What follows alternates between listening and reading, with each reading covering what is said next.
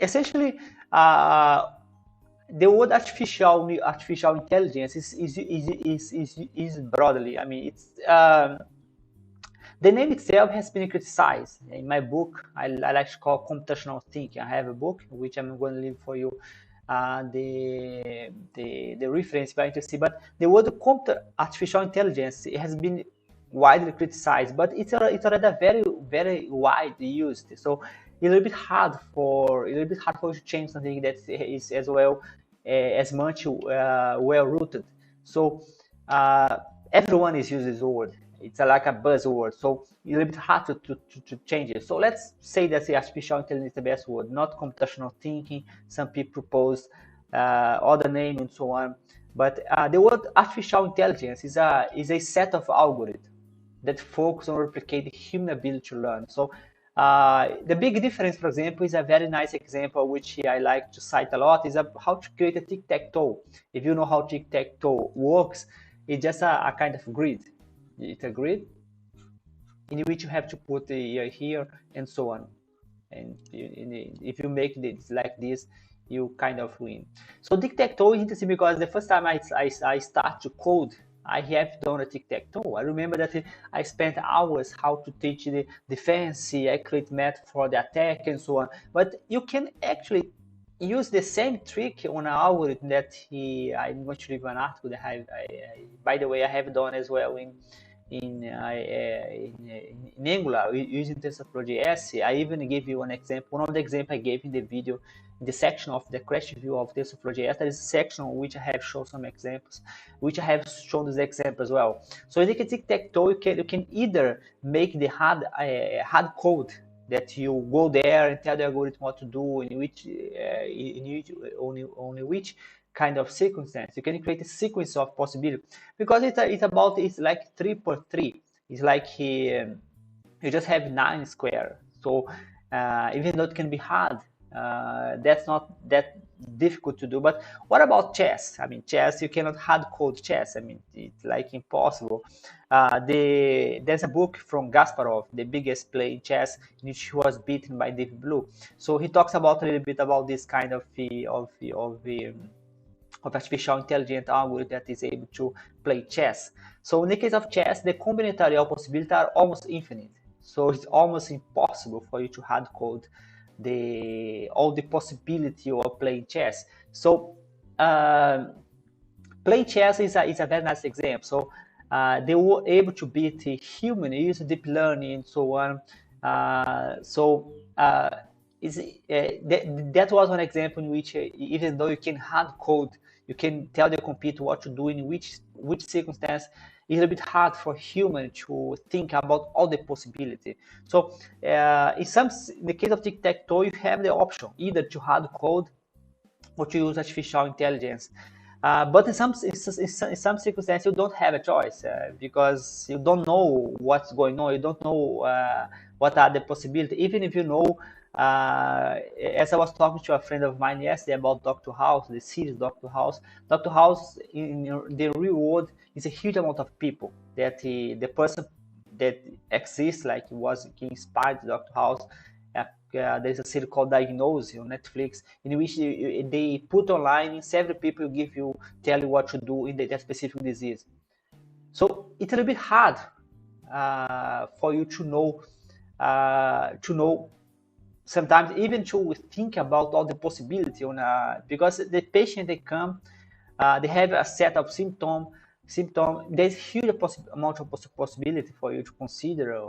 Then you make a diagnose, then you make the treatment. There's a field called theranostics, which is diagnose mixed with therapy, which you do the therapy, then you see the response. So, but artificial intelligence has been shown very good result in the case of medicine. So the case we are going to show here is just one variable. It's just for diabetes, but you can add more. I have added, if I remember well, 3 or 4 variable. I got accuracy of almost 100%. But if you go to the page of Kangol, maybe in the future I can add as attachment a more advanced model. But if you go to the Kangol, you can see people using Python, which TensorFlow.js in Python. But we are going to use TensorFlow.js, TensorFlow JS, which is TensorFlow in JavaScript. So in the case of that video, I'm going to use just one variable, but you can use more. In the official database, you have 9 variables. I have the feeling that human cannot consider even 9 variable. If you take 9 variables, you take it 2,000 samples, which is our case. I have the feeling that human cannot see patterns. Human cannot understand. I mean, human cannot go there and see the pattern, what's going on. I think even that case, which is not that too complex, already have limitation of humans. So in the case, so artificial intelligence is widely used for this kind of circumstance in which you have a huge amount of possibilities, you have a huge amount of feature to see from, or especially in the case of automation, because most of the people think about artificial intelligence as a kind of superhuman intelligence. Today they call it artificial general intelligence, which is a very hot topic. But most of the models, the one we are going to see here, they do not necessarily have to be better than human. They can be at least faster, cheaper, and so on. The CEO of OpenAI, who's behind ChatGPT, said once in an interview that the price of intelligence is going to go down. The price of intelligence is going to go down. That because it will be even more and more cheaper for us to build smart algorithms. So artificial intelligence is essentially a set of algorithms. If you do not know what the algorithm is a computer code. It's how you tell the computer what to do. So it's a sequence of instruction.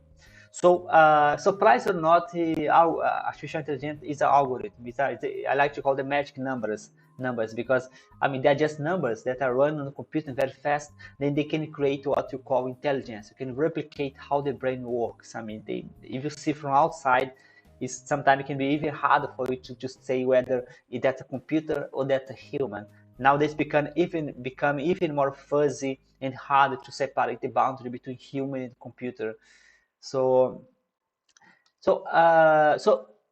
we essentially, as a human, we see samples. We see examples of something. Then by the example that you see, we are able to say whether we are able to figure out what happened. I mean, we create in our mind rule. There's a very nice author called Daniel Kahneman. There's a book called Noise, which I totally recommend the book. The author talks about the comparison between human and what they call the mechanical judgment, which mechanical judgment are algorithms, artificial intelligence. So one of his argumentation that we as human, we think that we understand why you take a decision or why you do what you do, but you don't, because as a computer scientist, when you try to hard code that, not everything can be hard coded. For example, image recognition. That's essentially impossible. No one knows a rule that can do a very good work in image segmentation. So image segmentation generally is dominated by artificial intelligence because you don't know how to code it. You don't know how to even some boundaries like algorithm.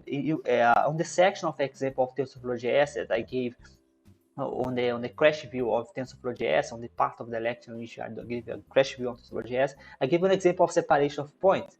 So even though graphically you can see the separation, that's not very easy to hard craft, to hard code kind of set of rule that's going to explain, to say what's going on. So essentially, that's how we as humans learn. We learn by examples. We learn by samples. So somehow in our mind, we figure it out that that's the rule. But if you ask someone honestly, they cannot explain how they know that that's his friend, how they know that's a dog. We just learn. I mean, that's a kind of in a thoughtless way. We just learn that that face belongs to someone. That person is a Chinese. That person is someone that you know, or that person is someone that's angry. That person that's happy. There are even some artificial intelligence that is able now they are trying to test emotions, like to recognize facial emotion. There are several discussions about that, whether it worked or not, how you can take emotion for a face of someone. But that's a very good area as well to understand emotions. So one day I was walking, and the child said like to the father, like, see there, that's a chicken, but that was not a chicken, that was a dove. Even though the adult he was laughing out, I was thinking to myself, wow, that makes sense, because how do you know that that's a chicken or that's a dove?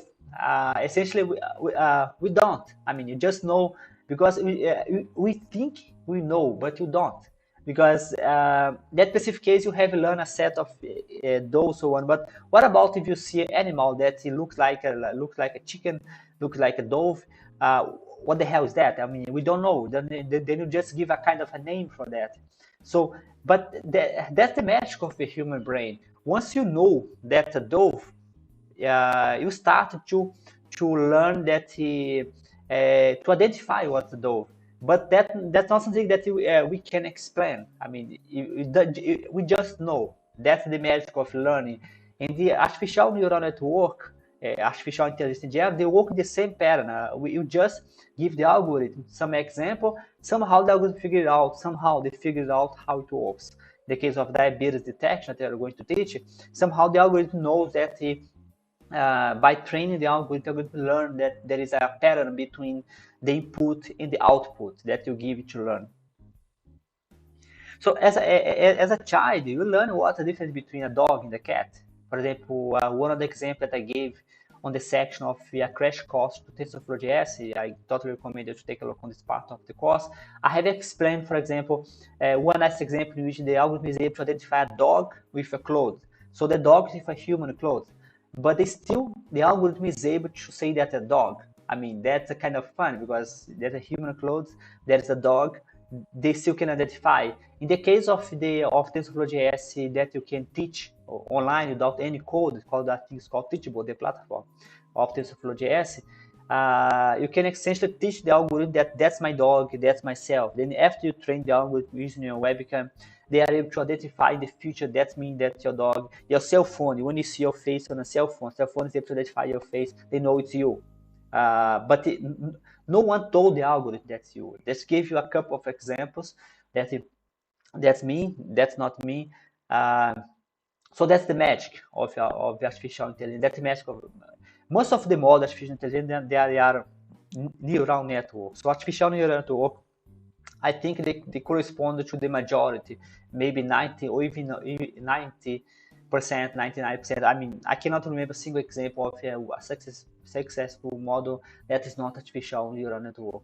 So what we're going to do here is a kind of artificial neural network. So the artificial network is inspired for the brain.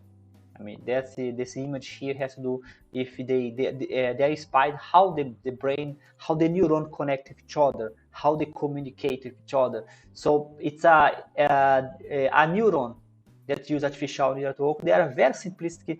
They are kind of a neuroscience that's very simple, but it still work.